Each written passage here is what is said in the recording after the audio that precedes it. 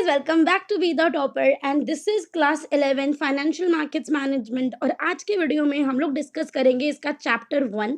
ये नई वीडियोस है 2023-24 का न्यू सिलेबस, जो अपडेटेड सिलेबस है वो उस सिलेबस को मैं आज से आपको पढ़ाने वाली हूँ। और इस चैप्टर के हम 3-4 पार्ट्स करेंगे और ये हमारा पार्ट 1 है। आपने थंबनेल पे देख लिया होगा। पार्ट 1 में हम लोग आज डिस्कस करेंगे व्हाट इज़ इन्वेस्टमेंट और क्या होता है इन्वेस्टमेंट, क्यों करना चाहिए, कैसे हमें इन्वेस्टिंग शुरू करनी चाहिए।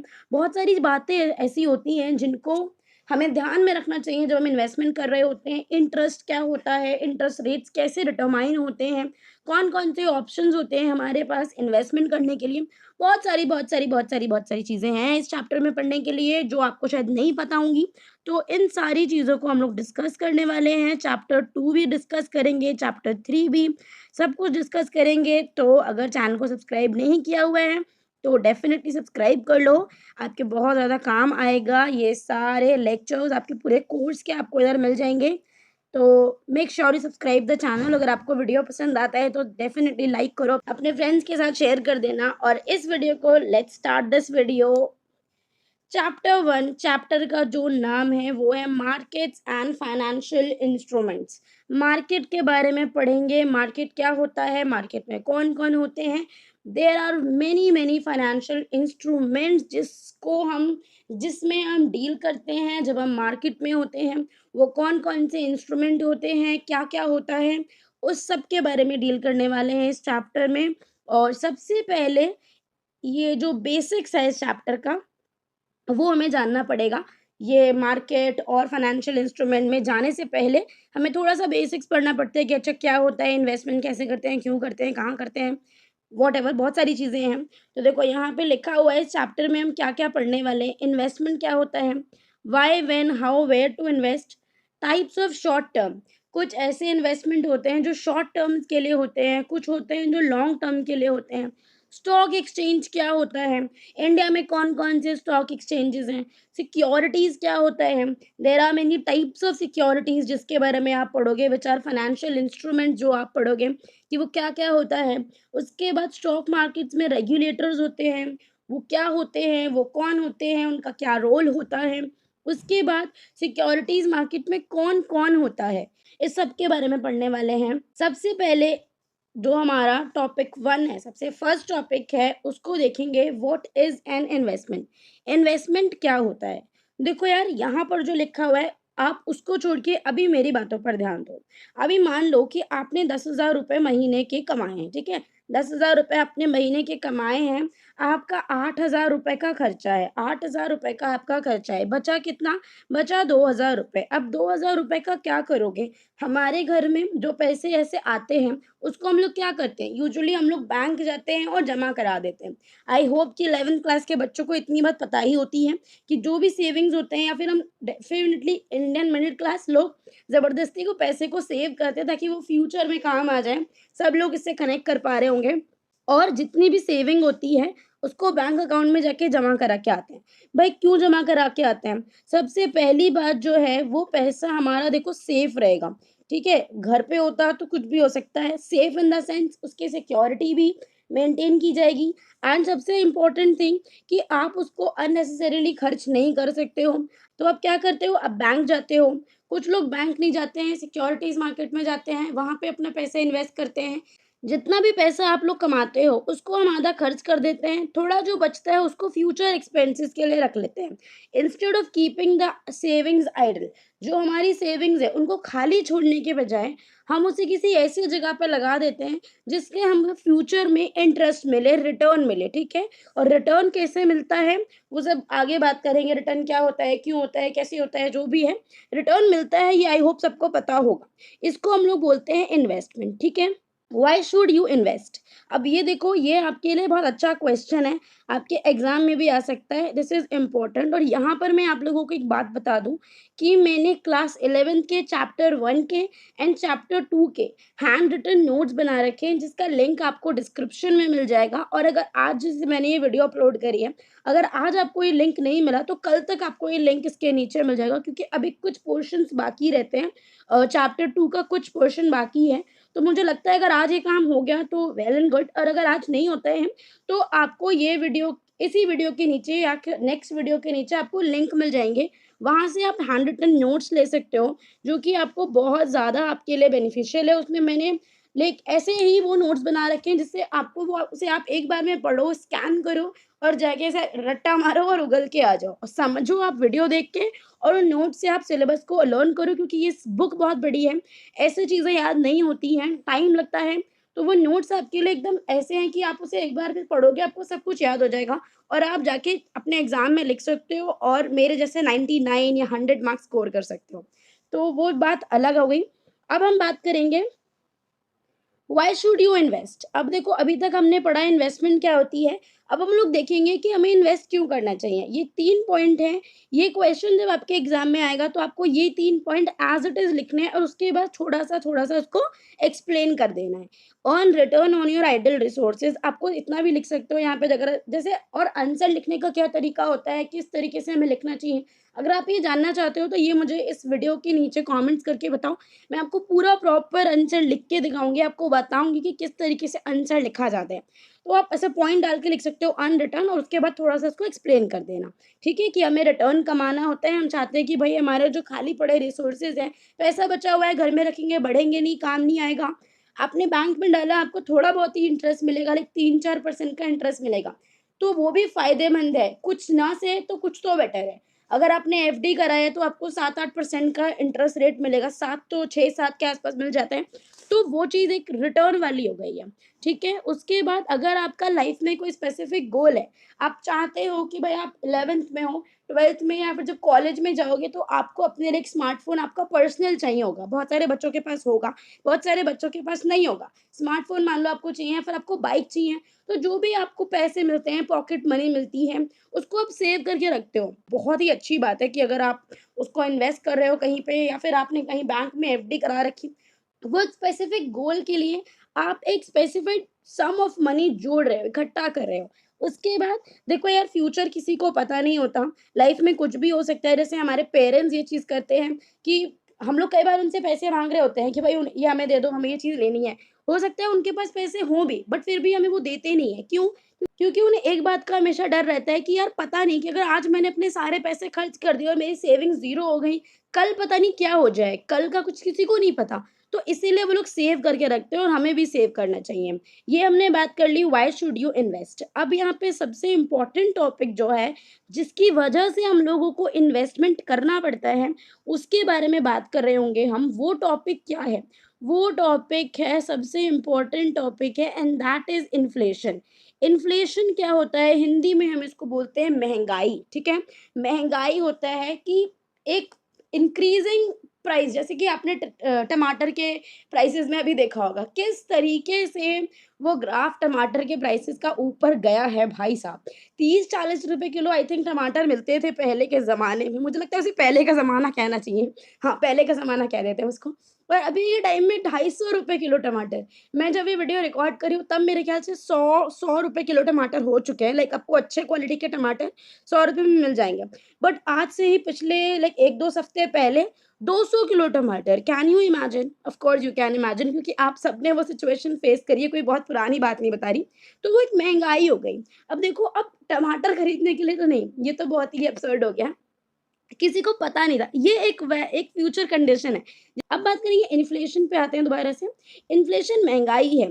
तो जिस तरीके से महँगाई बढ़ते जा रही है, उस तरीके से आपकी जैसे आपने अपने घर में सुना होगा, पेरेंट्स बोलते हैं कि महँगाई तो बढ़ रही है, बट सैलरी या फिर जो इनकम हमारी है, वो उस तरीके से नहीं बढ़ रही है। तो वही चीज़ होती है। इन्फ्लेशन को कैसे डिफाइन करते हैं? Inflation is the rate at which the cost of living increases. किसी भी चीज़ की प्राइस जिस तरीके से बढ़ते जाते हैं, उसकी क्वांटिटी नहीं बढ़ती, एज़ सच इतनी क्वालिटी भी नहीं बढ़ती, बट प्राइस बढ़ते जाता है। तो वही एक सिचुएशन होती है इन्फ्लेशन की। महँगाई बहुत ज़्यादा बढ़ रही है, ठीक है? अब आते हैं व्हेन टू स्टार्ट इन्वेस्टिंग। यहाँ पे देखो कि अब ऐसा कौन-सा करेक्ट टाइम होता है जब हमें ऐसा लगेगा, अच्छा हमें इन्वेस्टमेंट अब शुरू कर देनी चाहिए। मतलब ऐसा लगता है ना कि अभी मैंने आपको बताया कि हो सकता है आप लोग भी एफडी करते हो, तो बहुत से लोग नहीं करते होंगे, उन्हें शायद पता भी नहीं होगा अच्छा एफडी होता है, क्या है, क्यों करते हैं। बहुत से लोगों को पता हो सकता है, नो ऑफेंस टू एनीबॉडी, जिसे पता है वो बुरा मत मानना। जिसे नहीं पता वो भी बुरा मत मानना, जानो और करो। तो व्हेन टू स्टार्ट इन्वेस्टिंग, आपको कब ऐसा टाइम होता है कि आपको करना चाहिए, this is the right time. आप जो भी मेरी बात सुन रहे हो ना, अगर आपके पास आज पैसे हैं, जाओ बैंक एफडी करा दो, ठीक है? इतना पैसा बचा लेना कि अगर ज़रूरत पड़े तो कभी आपको काम आ जाए, बट अगर आपके पास अभी 5, 10,000, 15,000 उसकी जगह एफडी करा दो। और अगर इन्वेस्टमेंट कर सकते हो स्टॉक मार्केट में, तो इससे तो अच्छी की बात ही नहीं है, या म्यूचुअल फंड्स में लगा दो, वो बहुत अलग-अलग चीज़ें हैं। रिस्क हर जगह होता है, ऐसी बात नहीं है, बट आपको रिस्क थोड़ा-सा लेना पड़ेगा। यहाँ पे आते हैं व्हेन टू स्टार्ट इन्वेस्टिंग, तो मैंने बोला जैसे कि this is the correct time to invest, invest early. जितना जल्दी हो सके उतना जल्दी अपने लाइफ में इन्वेस्ट करना शुरू करना चाहिए। इन्वेस्ट रेगुलरली, रेगुलर इन्वेस्ट करो। अब जैसे महीने में 4 बार जाके स्टारबक्स की कॉफी पीना is not a very big thing, ये तो कोई भी कर लेगा। अगर आप वो पैसा बचा पा रहे हो ना, और उससे शायद अगर अपना कोई सपना पूरा कर पा रहे हो, आई नो कि देयर आर पीपल जो कि बहुत रिच है, उन्हें सेविंग की भी ज़रूरत नहीं है, कि भाई ऐसा नहीं है कि अच्छा उनको आज आईफ़ोन खरीदना है, तो उनको पैसे की ज़रूरत पड़ेगी कि भाई हमको 2 साल पहले बचा के रखना है, पेरेंट्स से माँगा ले लिया। बट अगर आप खुद से अर्न कर रहे हो या फिर खुद से आपने सेव भी किया है ना, तो ये बहुत ही लाइक ये प्राउड मोमेंट होता है अपने लिए, मेरे लिए तो है, मैं तो वो चीज़ मानती हूँ। तो रेगुलर इन्वेस्ट करना है आपको। Invest for long term not for short term. आपको शॉर्ट टर्म के लिए कम ही इन्वेस्ट करना होता है। अगर आप लॉन्ग टर्म के लिए अपना पैसा इन्वेस्ट करोगे, तो वो आपके लिए अच्छा रहेगा। मुझे ऐसा लग नहीं रहा कि मैं आपको पढ़ा रही हूँ, मुझे ऐसा लग रहा है कि मैं आपको इन्वेस्टिंग पे कुछ ज्ञान बाँट रही हूँ इधर। पर वो समझते रहना, वो याद करते रहना। और अगर कोई भी डाउट आता है और अगर कुछ भी मुझे सजेशन देना है, कुछ भी मुझसे कहना है, या तो मुझे इंस्टा पे फ़ॉलो कर लो, मैं अपना हैंडल यहाँ लगा दूँगी। मुझे मैसेज कर देना वहाँ पे, मैं कुछ ना कुछ ज़रूर करूँगी, जो भी तुम मुझे पूछोगे, जो तुम मुझे बताओगे, या फिर मुझे कमेंट्स में बता दो। कमेंट्स में कम देख पाती हूँ क्योंकि एक दिन में बहुत ज़्यादा कमेंट हो जाते हैं, तो शायद कभी-कभी कोई को रह जाते हैं, फिर बच्चों को लगता है कि अच्छा मैंने देखा नहीं।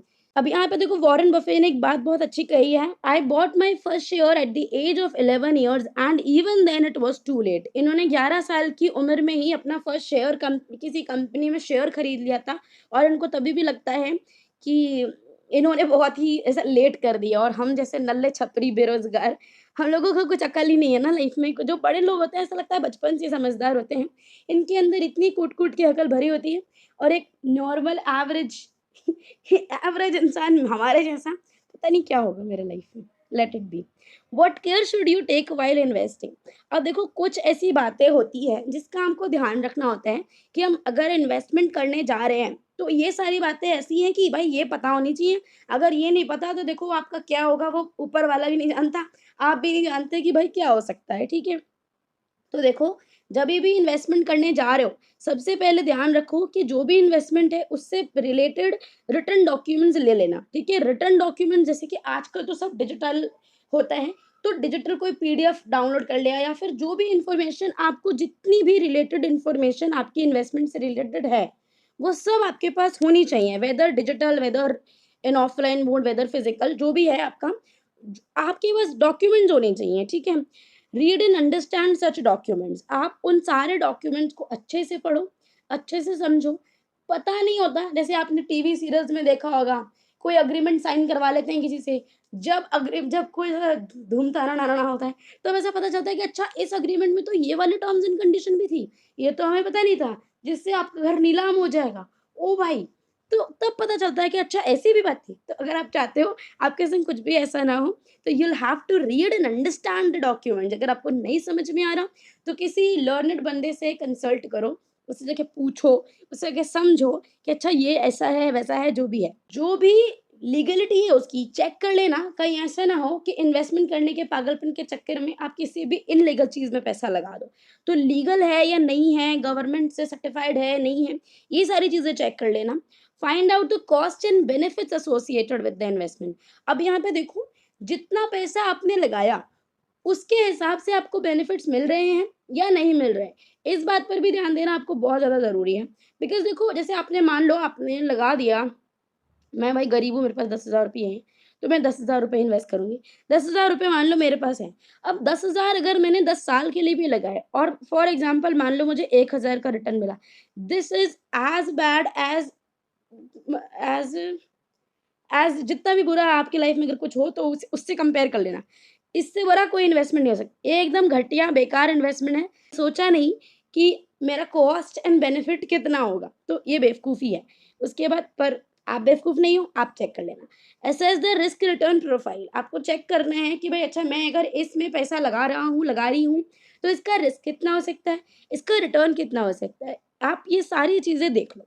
No the liquidity and safety aspect of the investment. Liquidity क्या होता है?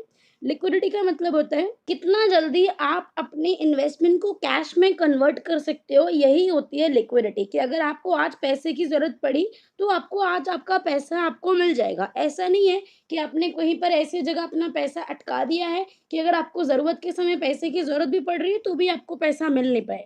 तो ऐसे इन्वेस्टमेंट या ऐसे रिटर्न से भी कोई फ़ायदा नहीं है कि अगर बंदा ज़रूरत के मारे मरा जा रहा है और उसको पैसे ही नहीं मिल रहे हैं। तो ये चीज़ भी सही नहीं है, तो आपको लिक्विडिटी चेक करनी है कि अगर मुझे पैसे की ज़रूरत पड़ी, तो क्या-क्या करना पड़ेगा, कितना टाइम लगेगा, मैं कितना जल्दी आसानी से कर सकता हूँ अपने पैसे को लिक्विडेट। अब आते हैं 7th पे, आपको चेक करना है कि आपका जो इन्वेस्टमेंट है, आपके स्पेसिफिक गोल से रिलेटेड है या नहीं। लेनी मुझे जैगुआर है, लैम्बोर्गिनी है, इन्वेस्टमेंट मैंने की है 10,000 की, जिस पे 10 साल में 1,000 रुपए का रिटर्न मिलेगा। ऐसे नहीं करनी इन्वेस्टमेंट, अगर ऐसे इन्वेस्टमेंट करोगे, कोई गोल पूरा नहीं होगा। 8th पे आते हैं, कंपेयर करना है कि अच्छा मेरे पास ये इन्वेस्टमेंट अपॉर्च्युनिटीज़ हैं और मैं ये कर सकता हूँ, मेरे ये गोल्स हैं और ये सारे मेरे पास ऑप्शंस हैं, तो मैं कहाँ पे इन्वेस्ट करूँ? जहाँ पे रिस्क कम हो, रिटर्न ज़्यादा हो, मेरा पैसा आसानी से लिक्विडेट हो जाए, ये चीज़ लीगल है, ये सारे डॉक्यूमेंट्स मेरे समझ में आ रहे हैं, इस सब में मुझे हेल्प मिल रही है, ये मेरे गोल के हिसाब से अच्छा है। सो दीज़ आर द फैक्टर्स जो कि आपको चेक करना पड़ेगा, आपके इन्वेस्टमेंट अपॉर्च्युनिटीज़ आपको चेक करनी पड़ेगी। अच्छा which one is better for me? आपने जो पहले से इन्वेस्टमेंट कर रखी है, आपकी वो जो आप करने वाले हो, दोनों इन्वेस्टमेंट कितना एक दूसरे को फिट कर रही है, ठीक है? नेक्स्ट पे आते हैं, आपको हमेशा ऑथराइज़ इंटरमीडिएरी से डील करना है। इंटरमीडिएरी क्या होता है? हिंदी में हम लोग इसे बिचौलिया बोलते हैं, बिचौलिया, ठीक है? बिचौलिया बोलते हैं, हिंदी में सब समझते होंगे। जैसे वो नहीं होता है, ब्रोकर होता है, आपको रूम दिलवाता है, आपको घर दिलवाता है, तो इसको भी हम लोग ब्रोकर ही बोलते हैं। बट स्टॉक मार्केट में सॉरी स्टॉक मार्केट में हम बिचौलिया को स्टॉक ब्रोकर बोलते हैं और वो जो स्टॉक ब्रोकर होता है वो बेसिकली सेबी से रजिस्टर्ड होता है। सेबी एक ऑर्गेनाइजेशन है, आप उसको अभी इतना ही समझो, एक अथॉरिटी है जो कि स्टॉक मार्केट्स को चलाती है। तो स्टॉक ब्रोकर को वो रजिस्टर करती है, वो सर्टिफाई करती है उनको कि अच्छा ये लोग ऐसे हैं जिन्हें मार्केट के बारे में नॉलेज है और आप इनसे पूछ सकते हो, इनसे अपना काम करवा सकते हो। वो आपकी रिस्क ना लेने की या फिर आपको रिस्क ना होने की गारंटी नहीं लेते हैं, बट आपको इन्वेस्टमेंट के बारे में सब कुछ बता देंगे कि अच्छा ये ऐसे है, ये ऐसे है, ये ऐसे है। फिर आपकी खुद की मर्ज़ी है कि आपको इन्वेस्टमेंट करनी है या फिर नहीं करनी है। Seek all clarification about the intermediary and the investment. आपको इंटरमीडिएरी के बारे में, मतलब जो आपका स्टॉक ब्रोकर है उनके बारे में, और जो आपका इन्वेस्टमेंट है उन दोनों चीज़ों के बारे में आपको अच्छे से पता करना है कि भई इंटरमीडिएरी हमारा ऐसा है, ये इसका ये नंबर है, ये है, जो भी आपको जानने की ज़रूरत है कि भाई ये सच में ऑथराइज़ है भी या नहीं है। फिर उसके बाद इन्वेस्टमेंट आपको पता करनी है, जो मैंने आपको चीज़ें बताई कि अच्छा ऐसी-ऐसी इन्वेस्टमेंट होनी चाहिए। और उसके बाद ही आपको इन्वेस्ट करना है अगर आपको लगता है कि भाई ये चीज़ आपके हिसाब से सही है। और अगर आप उनकी बातों से या उस इन्वेस्टमेंट के टर्म्स एंड कंडीशन से या चीज़ों से कन्विंस नहीं हो पा रहे हो, तो मत करो उसमें इन्वेस्ट, क्योंकि जब आपका दिल किसी चीज़ के लिए ना ना बोल रहा है, तो दिल की सुननी चाहिए। मेरे हिसाब से मत करो उसमें इन्वेस्ट। जितने भी आपके पास ऑप्शंस हैं, सबको एक्सप्लोर कर लो और उसके बाद चेक करो, अगर आपको जो करना है उसके बाद करना, जब आप सारी इन्फॉर्मेशन को चेक कर लो तब। अब हम बात करेंगे इंटरेस्ट की। तो वैसे तो सबको पता ही होता है अच्छा इंटरेस्ट क्या होता है। जब हम किसी से मनी बोरो करते हैं, तो ऑफ कोर्स ये चीज़ होती है कि आपको उसको पैसे वापस करने ही करने हैं। तो यहाँ पर ये होता क्या है, इसके बारे में बात करेंगे। Interest is an amount charge to the borrower for the privilege of using the lender's money. अब देखो यहाँ पे आपको जब पेपर में पूछा जाएगा, जो भी बोरोवर होता है, बोरोवर कौन होता है? जो पैसे लेता है, मतलब जो उधारी लेता है उसको हम लोग बोरोवर बोलते हैं। और लेंडर कौन होता है? भाई जो अमीर बंदा है जो पैसे दे रहा है। मान लो यहाँ पे मैं अपने आप को देखो अमीर कहना चाहूंगी, मेरे पास 10,000 रुपए हैं।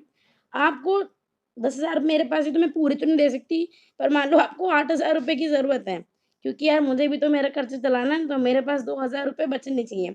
मेरे पास 2,000 रुपए बच रहे हैं, मैं आपको 8,000 रुपए दे रही हूँ। अब देखो जब आपको ज़रूरत थी, आपने मेरे से पैसा लिया, मैंने आपको पैसा दे दिया, तो क्योंकि आपने मेरा पैसा यूज़ किया है, ठीक है? जब आपको ज़रूरत थी, आपके पास पैसा नहीं था, मैंने आपको आपकी ज़रूरत के टाइम में पैसा दिया and you used my money, जब आपको जो भी करना था आपने उसको यूज़ कर लिया। तो आप उसको यूज़ करने का पैसा दोगे मुझे, ठीक है? मैंने आपको ज़रूरत के समय पर जो पैसा दिया है, उसको यूज़ करने का आप मुझे पैसा दोगे और वो कुछ चार्ज होता है जिसको हम लोग इंटरेस्ट बोलते हैं। अब बैंक में आते हैं ये चीज़, देखो बैंक्स को भी पैसों की ज़रूरत होती है। हम लोग बैंक को जो हम लोग अपना पैसा जमा कराते हैं, बैंक गए, हमने हमारा 3-4 हज़ार जितने भी हमारे पास मान लो सेविंग थी, हमने जमा करा दिया। अब बहुत सारे हमारे जैसे लोग हैं बैंक के पास आ रहे हैं, तो हमने बैंक को पैसा दिया। बैंक हमको इंटरेस्ट कैसे दे रहा है? जो पैसा हम लोग सब मिलके बैंक को देते हैं, बैंक उस सब पैसे को कहीं न कहीं इन्वेस्ट कर देता है, ठीक है? कुछ उसकी इन्वेस्टमेंट्स होती हैं, जो वो लोग स्टॉक मार्केट में कर दिया, म्यूचुअल फंड में कर दिया या जगह-जगह कर दिया। कुछ वो लोन्स दे देता है, ठीक है? कुछ वो भी लोन्स दे देता है। अब बैंक यहाँ पे देखो, जो इन्वेस्टमेंट कर रहा है बैंक, एक तो वहाँ से बैंक को कुछ पैसा मिलने वाला है और एक जो लोन दे रहा है किसी को, वहाँ से पैसा मिलने वाला है। अब इन दोनों से जो पैसा मिलेगा, उसमें से कुछ पैसा वो हमें दे देगा क्योंकि हमने भाई उसको पैसे दिए थे ना। तो बेसिकली लोन जो इस बंदे को मिला है ना, वो नॉर्मल इन्वेस्टर्स जो नॉर्मल सेविंग अकाउंट होल्डर्स हैं, उनके पैसे से ही बड़े बंदे को लोन मिला हुआ है। तो अब हमने पैसा दिया है उसकी ज़रूरत के टाइम पे, तो हमें कुछ ना कुछ तो चाहिए ना। तो इसी के पैसे, इसी के जो लोन से जो बैंक इंटरेस्ट लेगा, उसमें से कुछ अमाउंट हमें दे देगा।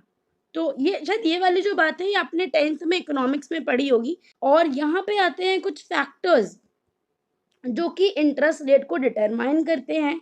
देयर आर फैक्टर्स जिसकी वजह से इंटरेस्ट रेट डिटरमाइन होते हैं। तो यहाँ पे हम उन फैक्टर्स की बात करने वाले हैं। देखो रेट्स यहाँ पे बहुत तरीके के रेट्स बता रखे हैं। अब यहाँ पे कुछ फैक्टर्स होते हैं जिसकी वजह से इंटरेस्ट रेट डिटरमाइन होता है। सबसे पहला है डिमांड फॉर मनी। अब मार्केट में डिमांड कितनी चल रही है मनी की? मान लो कि मार्केट पूरा सैचुरेट हुआ पड़ा है, कोई भी बंदा कुछ भी खर्चा करना चाहता ही नहीं है। अगर ऐसी सिचुएशन है ना कि कोई भी बंदा पैसा खर्च करना चाहता ही नहीं है, तो डिमांड समझ लो मनी की बहुत ज़्यादा लो है। अगर मार्केट ऐसा चल रहा है कि हर बंदा स्टार्टअप करना चाहता है, हर बंदा अपना इन्वेस्टमेंट करना चाहता है, हर बंदा नई-नई चीज़ें खरीदना चाहता है, तो यहाँ पर एक ऐसी सिचुएशन है कि मनी की जो डिमांड है वो बढ़ जाती है। तो उसके हिसाब से इंटरेस्ट रेट भी जो है वो डिफाइन अलग-अलग तरीके से होते रहते हैं। Level of government borrowing, government market से कितना बोरो कर रही है। अब देखो जो बहुत सारे गवर्नमेंट के प्रोजेक्ट्स होते हैं, ऐसा नहीं है कि गवर्नमेंट के पास सबके लिए पैसा होता है, वो भी कहीं न कहीं से पैसे उधार लेते हैं, जनता से पैसे उधार लेते हैं। कहीं-कहीं से इन्वेस्टमेंट अपना मतलब उनका भी जो है लोगों ने कर रखा है, वहाँ से वो लोग पैसे उधार लेते हैं। उसके बाद ही वो भी बड़े-बड़े प्रोजेक्ट्स में पैसा इन्वेस्ट कर पाते हैं। तो गवर्नमेंट अगर ज़्यादा बोरो कर रही है, इसका मतलब गवर्नमेंट ज़्यादा काम करना चाहती है। ज़्यादा अलग-अलग प्रोजेक्ट बनाने हैं, ज़्यादा अलग-अलग कुछ भी डेवलपमेंट करना है, जो भी है। सप्लाई ऑफ मनी, अब देखो हो सकता है कि मार्केट में पैसे का डिमांड तो बहुत ज़्यादा है। बंदा हर कोई चाहता है कि अच्छा मेरे को ये करना है, वो करना है, ये चीज़ खरीदनी है, वो चीज़ है। पर मार्केट में सप्लाई है ही नहीं। मतलब बैंक्स के पास या जो भी पैसा देने वाली ऑर्गेनाइज़ेशन है, वैसे बैंक ही है, तो उसके पास पैसा है ही नहीं, तो वो क्या ही दे देगा। इन्फ्लेशन रेट, तो अगर महँगाई बहुत ज़्यादा चल रही है, तो इंटरेस्ट रेट और भी ज़्यादा बढ़ जाता है। तो ये कुछ चीज़ें हैं, जिनको हम देखते हैं कि भई ये 4 फैक्टर्स हैं, demand for money, level of government borrowings, supply of money, inflation rate, ये 4 ऐसे फैक्टर्स हैं जो कि इंटरेस्ट रेट को डिटरमाइन करते हैं। अगर आपके पेपर में क्वेश्चन आ जाए तो आपको ऐसे चारों के चारों एज़ इट इज़ लिखना है, थोड़ा-थोड़ा एक्सप्लेन कर देना है इसके बारे में जो मैंने आपको एक्सप्लेनेशन दी है। और वो जो हैंड रिटन नोट्स का मैंने आपको बोला था उसके लिए लिंक डिस्क्रिप्शन में मैं दे दूँगी, आप उसको एक बारी चेक कर लेना। और आज की वीडियो के लिए सिर्फ़ इतना ही। अगर आपको ये वीडियो पसंद आई होगी तो लाइक कर देना, अपने फ्रेंड्स के संग डेफ़िनेटली शेयर करना एंड अगर आपने चैनल को सब्सक्राइब नहीं किया है तो do subscribe the channel. Thanks for watching. Bye bye.